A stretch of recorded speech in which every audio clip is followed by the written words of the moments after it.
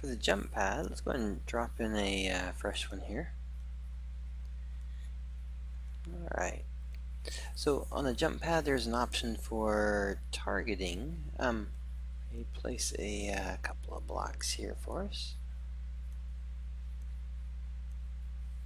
And we'll go to our jump pad option. So inside the jump pad, if you go to the target slider brush, this is going to be basically the target spot. If you enable it, it's basically just going to try to get to that spot as best it can. We'll show it in editor so we can see it here, but basically the idea is that where you place it, so for instance we'll say we want it to get to here, but if we start moving it too soon, it may actually wind up hitting here first. And eventually getting an arc and stuff visual would be a great thing, but for right now we've got it where we attempt to try to get here with it. Alright, so based on the height and the position, it's going to add a height and speed onto the player's jump when it actually hits it. So if we go over here and we either jump on it or not, notice it just moves us over here. Whether we want to or not, it's going to try to get us there. Now I can push against it, but it's basically trying to push you over here for that part. So if I just walk up to it, it's going to get me close to right there.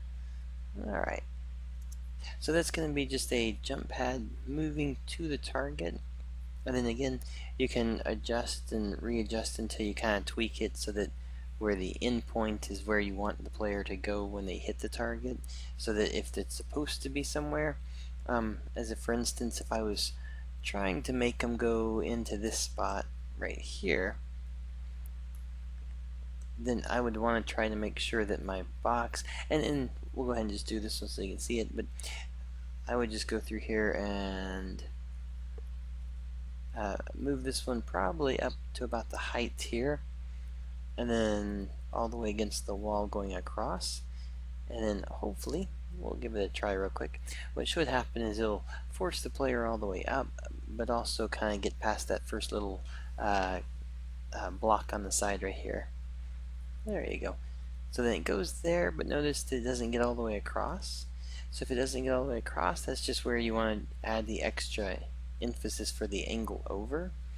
And again, that's just going to be the part where playing around with it, you can play around and get it a little bit closer, and we'll just continue to fine tune it until we can get the get it to the spot where we can have it perfected there. So if we did something like this, and we can see where it goes from here. There we go. So now we get a lot closer, and we can kind of go and get that feel for how we're trying to get up to there.